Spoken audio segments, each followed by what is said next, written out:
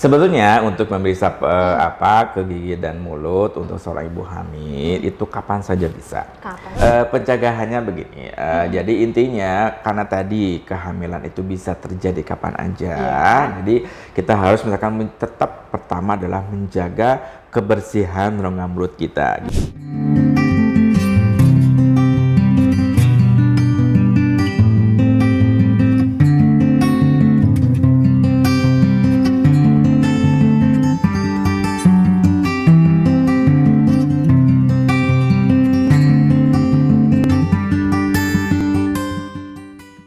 Assalamualaikum warahmatullahi wabarakatuh. Selamat pagi para pemirsa yang dirahmati Allah. Kembali lagi bersama saya Dr. Gita Dwi Desyani dalam program acara ASI Aku Sayang Ibu, sebuah program yang membahas tentang pengetahuan dan informasi seputar kesehatan ibu dan anak. Nah, baik pemirsa, sebelumnya kita akan menyapa terlebih dahulu para pemirsa dimanapun Anda berada yang sedang menyaksikan acara ASI pada pagi hari ini. Semoga diberikan kesehatan selalu dan dilancarkan segala aktivitasnya hari ini. Dan tentunya kami sapa juga para pengunjung dan pasien Rumah Sakit Islam Sultan Agung. Kami mengucapkan terima kasih atas kepercayaan pelayanan kepada Rumah Sakit Islam Sultan Agung, Semarang dan juga Banjarbaru. Nah pemirsa, tema hari ini kita akan membahas tentang kelainan jaringan periodontal, gigi, dan rongga mulut yang terjadi pada ibu hamil. Baik pemirsa, tindakan perawatan gigi pada ibu hamil ini masih sering dianggap dapat membahayakan janin, sehingga seringkali ditunda hingga setelah persalinan. Ternyata sebaliknya, kesehatan ibu hamil secara keseluruhan, termasuk kesehatan gigi, itu akan menciptakan kondisi yang baik untuk tumbuh kembang janin. Lalu sebenarnya seperti apa sih pentingnya menjaga kesehatan gigi pada ibu hamil, serta bagaimana perubahan atau kelainan-kelainan apa saja yang bisa terjadi berkaitan dengan jaringan pada gigi maupun rongga mulut. Tentunya tema kali ini sangat penting untuk diketahui oleh para bunda dan calon bunda di luar sana. Di sini sudah hadir para pemirsa narasumber yang akan mengupas dan sharing bersama kita. Langsung saja yuk kita sapa bersama-sama Dr. Gigi Ade Ismail, spesialis perio. Assalamualaikum Dr. Ade. Waalaikumsalam warahmatullahi wabarakatuh. Bagaimana kabarnya hari ini dokter? Alhamdulillah baik. Alhamdulillah baik. Dokter Ade ini selalu terlihat ceria terus dok. Harus harus ya dok ya. Rahasianya apa sih dok? Makan. Gak usah takut, pokoknya makan. Yang penting sehat ya dokter ya. Oke, baik dokter, di acara ASI hari ini kita akan membahas tentang tema kesehatan atau mungkin kelainan jaringan yang terjadi seputar rongga mulut atau gigi pada ibu hamil ya dokter. Yeah. Mungkin bisa diceritakan dulu sebenarnya itu perubahan yang terjadi selain tubuhnya ya dokter ya. Kalau pada kelainan jaringan pada gigi atau rongga mulut pada ibu hamil ini apa saja sih dok yang terjadi? Ya, siap. Terima kasih ya. Gini, nonton kita dan pemirsa Rumah Sakit Islam Sultan Agung baik di Semarang maupun Banjarbaru. Pada kesempatan ini memang kita akan membahas mengenai kelainan atau kondisi jaringan periodontal dan gigi serta mulut pada ibu hamil. Kita ketahui bahwa pada ibu hamil ini memang secara fisiologis ya ada ketidakseimbangan atau perubahan hormonal ya. Baik itu yang terjadi pada ibu hamil itu sendiri maupun pada janin yang dikandungnya ya. Nah, oleh karena ada ketidakseimbangan ini atau fluktuasi hormonal antara estrogen dan progesteron ini itu mengakibatkan perubahan juga pada kondisi cairan yang ada di dalam rongga mulut, kemudian bakteri-bakteri yang rentan yang sering terjadi pada rongga mulut, dan ini bisa berakibat pada kesehatan jaringan periodontal itu sendiri, sehingga antara ibu yang hamil dan yang tidak itu ada perbedaannya di sana karena akibat ada perubahan dari hormonal ini, sehingga oleh karena itu seorang ibu yang hamil itu rentan terjadi misalkan di dalam rongga mulut. Karena yang diganggu adalah hormon yang ada di dalam rongga mulut, ini mengakibatkan si ibu yang hamil ini bisa misalkan mengalami apa yang dinamakan gingivitis ya, ataupun ada nanti misalkan disebut juga dengan tumor kehamilan pada gusi gitu. Jadi itu memang ya bisa terjadi pada ibu yang hamil, walaupun tidak semuanya, tetapi memang pada ibu hamil ini sering kita temukan kelainan seperti itu. Demikian dokter kita.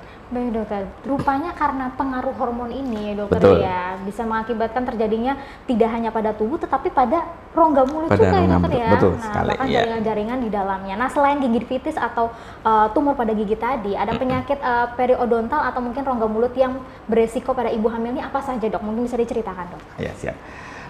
Biasanya salah satu yang sering timbul ada gusi berdarah, misalkan ya, gusi berdarah, kemudian juga gigi menjadi lebih sensitif ya, karena akibat pada ibu hamil ini kan biasa ada istilah morning sick ya. Yes. Nah, jadi pada awal-awal trimester pertama itu sering mual-mual, kemudian muntah ya, dimana akibat muntah itu pada pagi hari yang belum adanya makanan sehingga yang dimuntahkan itu adalah cairan yang bersifat asam. Nah, cairan asam ini kalau dikeluarkan itu bisa mengikis permukaan email gigi sehingga ibu yang hamil kadang-kadang bisa giginya menjadi sensitif demikian. Kemudian juga pada jaringan periodontalnya karena gusi pada ibu hamil ini akibat adanya tadi fluktuasi dari hormonal itu tersebut, gusi menjadi istilahnya lunak gitulah, lunak atau kalau di istilah itu jadi apa ya, gembur kalau di tanah tuh ya. Jadi gusi itu mudah sekali timbul pembengkakan. Kemudian karena longgar antara gusi dengan gigi itu timbul celah-celah di antara gusi dan gigi tersebut sehingga banyak menimbulkan sisa-sisa makanan yang masuk ke dalam sela-sela gusi tersebut sehingga timbul tadi periode gingivitis atau peradangan pada gusi. Kemudian juga akibat adanya ketidakseimbang itu tadi, misalkan pada giginya. Nah, gigi itu karena kan kalsium yang ada pada ibu hamil ini otomatis diambil sebagian ya untuk perkembangan janin di dalamnya. Sehingga pada ibu hamil ini bisa rentan terjadi karies atau gigi berlubang. Nah, akibat gigi berlubang ini kadang-kadang ibu hamil menjadi malas makan atau sakit pada waktu makan sehingga proses kerusakan ini bisa terus terjadi ya. Oleh karena itu ini yang harus kita lebih perhatikan di dalam hal ini. Demikian dokter kita. Baik dokter, berarti memang benar-benar fakta ya dokter ya, bahwasanya pada ibu hamil ini rentan terjadinya karies. Betul. Karena tadi yang sudah disebutkan, ada beberapa mineral yang ternyata terambil oleh janinnya seperti itu. Nah, bahkan yang tadi perubahan hormon tadi bisa menyebabkan yang kerenggangan tadi ya dokter ya. Nah, kalau faktor resiko yang menyebabkan keparahan yang nantinya bisa memperparah kelainan jaringan pada periodontal maupun rongga pada ibu hamil ini apa dok? Nah, gini. Nah, akibat tadi efek-efek tadi, jadi karena ada karies, kemudian ada gusi jadi sering berdarah, si ibu malas untuk memelihara kesehatan giginya. Itu pun kadang-kadang dipicu oleh rasa mual. Jadi apalagi pada awal-awal kehamilannya sehingga begitu dia menyikat gigi, jadi muntah. Akhirnya apa? Akhirnya si ibu hamil ini jarang memelihara kesehatan giginya. Oleh karena itu kerusakan ini bisa bertambah parah. Oleh karena apa? Karena rongga mulut menjadi tidak sehat, ya, menjadi tidak bersih. Kemudian si ibu ini kadang-kadang untuk mengantisipasi rasa mual ini, kadang-kadang ibu hamil ini makan yang asam-asam, yang kecut-kecut, ya karena enak betul. Sebetulnya seger ya, walau durujak kayak gitu. Tapi kita ketahui bahwa yang asam itu juga ada bisa menimbulkan pengikisan pada emai. Jadi ini yang harus kita antisipasi, belajar. Baik dokter, wah ini berarti ngidam-ngidamnya ini harus dikurangin ya dok. Betul. Kalau saya dulu ngidam loh, sayanya yang ngidam. Oh, saya loh, malah dokter yang ngidam nih dok. Iya, tapi mending suaminya dok yang ngidam. Nggak apa-apa ya dok ya. Oke, nah kalau misalkan ya karena tadi ya salah satu faktornya makanan asam ternyata malah bikin ngikis ya dokter ya, berarti sangat beresiko tinggi. Nah, sebenarnya kalau misalkan dipikir-pikir ya dok, ada nggak sih dok penyakit-penyakit yang beresiko itu berdasarkan trimester kehamilan? Wah, apa nih dok? Iya, begini. Pada ibu yang hamil ini tadi ya karena kondisi seperti itu tadi kadang-kadang kurang memelihara kebersihan rongga mulutnya, itu juga bisa menemukan bakteri-bakteri berkembang di dalam rongga mulut. Nah, bakteri ini bisa mengakibatkan masuk ke dalam plasenta ya untuk janin di dalamnya. Nah, ini bisa memicu terjadinya keguguran. Ya, kemudian juga pada misalkan di akhir semester bisa memicu terjadinya prematur. Seperti itu. Nah, ini yang bahaya itu karena kita antara ibu dengan janin yang ada di dalamnya itu melalui darah juga itu bakteri-bakteri bisa gampang masuk ke situ. Nah, jadi di sini sangat penting untuk memelihara kesehatan rongga mulut, gigi dan rongga mulut serta jaringan pendukung giginya pada ibu hamil agar janin yang ada di dalamnya tidak terkena bakteri yang ada dari ibu itu sendiri. Demikian. Baik, dokter. Berarti memang pada intinya penting banget menjaga Betul. kesehatan giginya, dok ya. Nah, peran pentingnya untuk menjaga kesehatan gigi pada saat masa kehamilan nih yang paling harus diwaspadai, yang harus benar-benar harus diingat atau digarisbawahi oleh para pemirsa nih apa nih, dok? Gini. Sebetulnya untuk memelihara kesehatan gigi dan mulut serta jaringan pendukung sekitarnya itu sebetulnya bukan hanya ditujukan pada ibu hamil ya, dokter Gita ya. Pada bapak-bapaknya juga perlu atau kita harus seiring sekata. Jadi maksudnya begini. Jadi memang pada wanita ini agak lebih spesifik ya. Nah ini sebetulnya kapan atau waktu yang tepat untuk memelihara kesehatan gigi dan rongga mulut? Sebetulnya gini, sebelum pasangan misalkan suami istri ini berniat menikah. Jadi ini sebelumnya pokoknya itu sebelum terjadi pernikahan ya. Paling enggak minimal 6 bulan sebelum pernikahan. Karena apa? Karena gini, setelah pernikahan dan itu kehamilan itu bisa terjadi kapan aja. Ya, walaupun misalnya kita program ya, nanti itu bisa terjadi kapan aja. Nah, pada yang ibu hamil, kalau misalkan ada kelainan gigi, kemudian ada janin perawatan yang memerlukan tindakan, taruhlah misalkan tindakan pencabutan gigi, itu ada penyulitnya. Jadi berbeda dengan ibu yang tidak hamil. Ya, jadi karena misalkan untuk tindakan pencabutan gigi itu kita butuh anestesi, kemudian juga tindakannya apalagi kalau untuk operasi, nah itu bisa mempersulit untuk pada ibu hamil ini karena bisa mengganggu kesehatan janin di dalamnya. Apalagi kalau misalkan itu pada trimester awal pertama, itu bisa memicu terjadinya keguguran seperti itu. Walaupun sebetulnya tindakan gigi itu pada setiap trimester itu aman-aman saja sebetulnya, tetapi kan orang yang hamil itu kondisinya lain-lain, ya. Ada yang harus bed rest, ya. Itu dengan tindakan sedikit bisa menyebabkan keguguran. Jadi lain-lain seperti itu. Walaupun demikian, kita antisipasi yang amannya adalah trimester kedua. Jadi mulai bulan keempat, 4, 5, 6 ya. 4, 5, 6 trimester kedua. Bisa salah. Nah itu jadi itu lebih aman, walaupun sebetulnya siap semesta aman, tapi kita pilih yang aman. Walaupun sebetulnya lebih enaknya ditunda. Tadi kan ada, apakah misalkan ada kelainan atau tindakan yang di dalam kedokteran gigi ini harus segera atau tidak pada ibu hamil ya? Memang ada baiknya ditunda. Oleh karena itu, mengantisipasi kejadian ini sebelum menikah ya 6 bulan minimal periksakan ke dokter gigi untuk melihat kondisi giginya, karena gigi itu kalau tidak ada keluhan tidak akan datang, dan kemudian kalau ada keluhan tidak bisa kita hanya diberi obat saja, giginya pun harus diperiksa dan dilakukan tindakan pada giginya. Wah, berarti memang cukup hati-hati juga ya, dokter.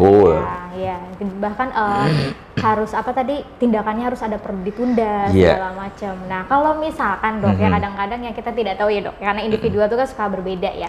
Kalau sudah kadung, sudah terlanjur dan ternyata dia mengalami gejala-gejala, nah itu kapan sih sebenarnya dia harus periksakan gigi gitu dok? Silakan dok. Sebetulnya untuk memeriksa ke gigi dan mulut untuk seorang ibu hamil itu kapan saja bisa. Kapan saja? Iya, kapan saja bisa. Cuma memang kita perlu hati-hati dan jadi perlu misalkan kalau pada pagi hari itu misalkan ada mual, muntah itu, nah kita agak siang sedikit. Jadi kemudian untuk tindakan kita pun di dalam kedokteran gigi untuk ibu hamil ini tidak boleh terlalu lama tindakannya, apalagi posisi agak terlentang ya. Nah itu karena kalau terlentang kita harus ibu hamil itu kan misalkan harus berkumur, dia harus bangun lagi, terlentang lagi. Nah itu yang harus dihindari, apalagi kalau kehamilannya sudah besar kayak saya. Nggak saya nyebut ya, Dok. Oke.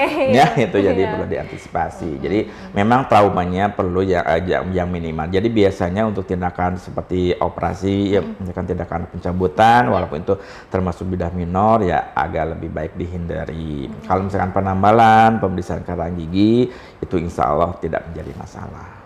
Baik dokter, luar biasa ya dokter ya. Ternyata ilmu kedokteran gigi itu sudah sebegitu sempurnanya memikirkan bagaimana sih caranya merawat kesehatan gigi pada ibu hamil. Betul. Sampai memperhatikan, oh ini nggak boleh terlalu lama posisi tadi. Ternyata berpengaruh ya dokter ya. Betul, Oh sekali. iya, kadang-kadang kan suka heran, kok saya nggak diperiksa sih, nggak dikasih tindakan ya dokter ya. Memang berarti harus kita yang menjelaskan ya dokter ya. Siap. Baik dokter. Nah kalau misalkan tadi ya, kalau misalkan ibu hamil itu terkena sakit gigi nih dok. Kalau pertolongan pertama di rumah kan takutnya minum obat, itu apa sih dok harusnya? Apa pakai obat kumur atau mungkin harusnya bagaimana dok? Iya.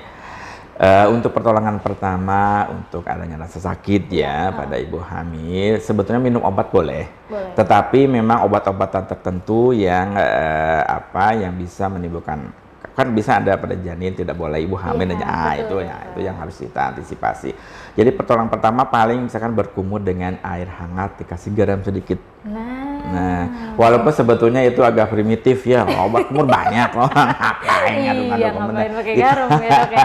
Tapi minimal kalau tidak atau apalagi kejadiannya bisa malam hari ya. Nah, itu bisa air hangat, air matang hangat, kemudian kasih garam sedikit, dikumurkan jangan diminum. Bisa meringankan. Berarti kalau udah kayak gitu, dia udah pertolongan pertama, besoknya nggak apa-apa periksa ya dokter ya. Iya, cuman kan tergantung dokternya ya dokter ya. Nanti ada tindakan atau tidak. Iya, kadang-kadang soalnya ibu hamil tuh suka takut duluan. Kan nanti takut dicabut. Tadi belum tentu giginya insya Allah sama saya mah tidak. Gitu ya dok. Oke. Nah kalau misalkan dampak tadi kan kalau pemeriksaan screening tadi yang harus dilakukan kalau pada ibu hamil terkait kesehatan gigi mulutnya apa aja? Iya. Begini, biasanya pada saat screening itu kita lihat ya, kita lihat selain giginya sendiri, misalkan ada kariesnya atau gigi berlubangnya, kemudian apakah ada sisa akar. Nah itu kan karena sisa akar ini kan benda mati, itu bisa merupakan istilahnya vokal infeksi. Vokal infeksi itu artinya infeksi di dalam rongga mulut itu dengan melalui pembuluh darah bisa menyebar ke seluruh badan kita. Nah itu yang harus kita antisipasi. Kemudian juga misalkan ada gigi gangren, ya gigi gangren atau gigi mati yang menimbulkan kebusukan. Nah itu yang harus misalkan kita perhatikan. Kemudian pada jaringan periodontalnya atau pada gusinya, nah itu adakah pembengkakan atau tidak. Biasanya pembengkakan pada ibu hamil pada gusi ini bisa terjadi lokalisasi. Jadi misalkan hanya pada 1 atau 2 gigi saja gusinya membengkak dan warna merah dan gampang berdarah. Kemudian juga dilihat tidaknya perdarahan ya, atau misalkan pada saat menyikat gigi, pada saat diludahkan bekas kumur itu ada merah di sana ya. Nah itu yang harus juga diperhatikan. Jadi memang pada saat kehamilan ini kita harus lebih aware, ya lebih perhatikan. Jadi demikian dokter. Detil sekali screeningnya dokter ya, harus dari luar sampai ke dalam ya dok. Baik dokter. Nah ini yang paling ditunggu-tunggu, pencegahannya itu gimana sih dok? Penjagaannya jangan hamil. Jangan dong. Bagaimana? Dong. Bapaknya yang jangan hamil, bapaknya, ibunya hamil nggak apa-apa ya dok ya. Aduh, soalnya kan kadang-kadang mikir dok, gimana sih? Apa saya harus ganti pasta gigi ya dok gitu? Atau cuma pakai siwak aja? Nah gimana tuh dok? Begini ya, pencegahannya begini. Jadi intinya karena tadi kehamilan itu bisa terjadi kapan aja. Jadi kita harus misalkan tetap pertama adalah menjaga kebersihan rongga mulut kita, gigi dan rongga mulut kita. Caranya bagaimana? Terutama utamanya adalah tetap menyikat gigi. Menyikat gigi. Iya. Tetapi menyikat gigi itu yang bagaimana? Bolehlah karena misalkan rasa mual, boleh nggak tanpa odol, misalkan. Atau misalkan karena kadang-kadang suka ngerasa kurang bersih, dibersihkan sangat dikeras sekali tegannya. Nah itu yang harus kita perhatikan itu. Jadi intinya menyikat gigi itu pilihlah bulu sikat yang lunak, ya. Kemudian tindakannya jangan terlalu keras. Kemudian memakai sikat pasta gigi cukup di ujungnya saja. Jadi jangan terlalu satu. Iya. Karena apa? Itu pada saat dikumur kan akan terbuang gitu. Jadi ya irit lah. Iya ya. dokter ya. Jadi cukup sedikit aja di ujung sikat gigi, kemudian ada sikatan. Yang penting untuk menyikat gigi ini adalah dari gusi ke gigi satu arah. Jadi tidak bolak-balik. Yang disayangkan memang pada iklan itu menyikat gigi itu seperti ini. Ya iya, harus bawah itu ya. Tadi itu akan mengakibatkan si gusi akan terdorong. Yang atas akan terdorong ke atas, yang bawah terdorong ke bawah sehingga gigi tampak panjang. Padahal yang terjadi adalah gusinya terkelupaskan. Kegeser ya dok? Iya, apalagi menyikat giginya terlalu keras. Jadi itu yang harus diwaspadai. Kemudian pada gigi yang berjejak, biasanya selak-selak giginya kan kadang-kadang tidak terbersihkan. Pakailah benang gigi atau dental floss untuk membersihkan sela-sela gigi tersebut. Kemudian pemakaian obat kumur boleh, tetapi kita harus bijak memilih obat kumur karena tidak semua obat kumur itu aman atau baik kita pakai. Pilihlah obat kumur yang tanpa alkohol, ya, karena alkohol ini bisa menimbulkan jaringan di dalam rongga mulut menjadi kering, ya, permukaan lidah jadi kering. Padahal di permukaan lidah itu ibarat karpet atau handuk, ada yang tinggi-tingginya, ada selat-selatnya. Nah itu selat-selat ini partikel-partikel makanan, bakteri-bakteri bisa berkembang biak dengan bagus di sana sehingga bakteri penyebab bau mulut tumbuh subur di sana. Jadi itu harus menghindari pemakaian obat kumur yang beralkohol, ya. Tuh, jadi intinya tetap memelihara kesehatan jaringan rongga mulut dan sekitarnya dengan intinya mau nyikat gigi. Oke, mau nyikat gigi ya dokter ya. Dan jangan gosok-gosok gini ya dok. Baik dokter, saya jadi teringat lagi nih dok. Yang tadi kan nggak boleh makan asam-asam. Nah sebenarnya kalau misalkan untuk cemilan yang baik kalau pada ibu hamil juga untuk merawat gigi itu apa sih dok? Gini, karena memang dengan kondisi yang sering mual ya, nah itu jadi cemilan-cemilan itu yang sebetulnya tidak hanya cemilan sih. Tidak hanya cemilan? Tidak, cemilan 10 cemas. Aduh dokter, ini maksudnya kalau cemilan kan snack gitu ya, mari yang bisa mengenyangkan gitu lah. Kalau yang lainnya makan boleh, itu bagus kan untuk pertumbuhan janinnya. Jadi tapi dengan porsi yang sedikit demi sedikit ya. Kemudian buah-buahan diperbanyak, seperti itu juga untuk asupan gizinya akan lebih baik lagi, seperti itu dokter. Seimbang ya dokter ya, makanannya jangan cemilan dulu ya dok ya. Baik dokter. Oke deh, yang terakhir dok, pesan-pesan apa nih yang bisa disampaikan kepada pemirsa terkait tema kita hari ini? Siap.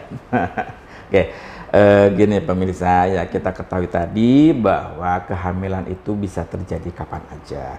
Oleh karena itu jangan sampai menunggu terlambat sudah kehamilan terjadi. Karena apa? Untuk tindakan di bidang kedokteran gigi, kalau misalkan sudah hamil, itu banyak penyulitnya. Walaupun bisa dilakukan, tapi kadang-kadang ada sedikit penyulit. Oleh karena itu, periksakanlah sedini mungkin sebelum kehamilan itu terjadi pada dokter gigi.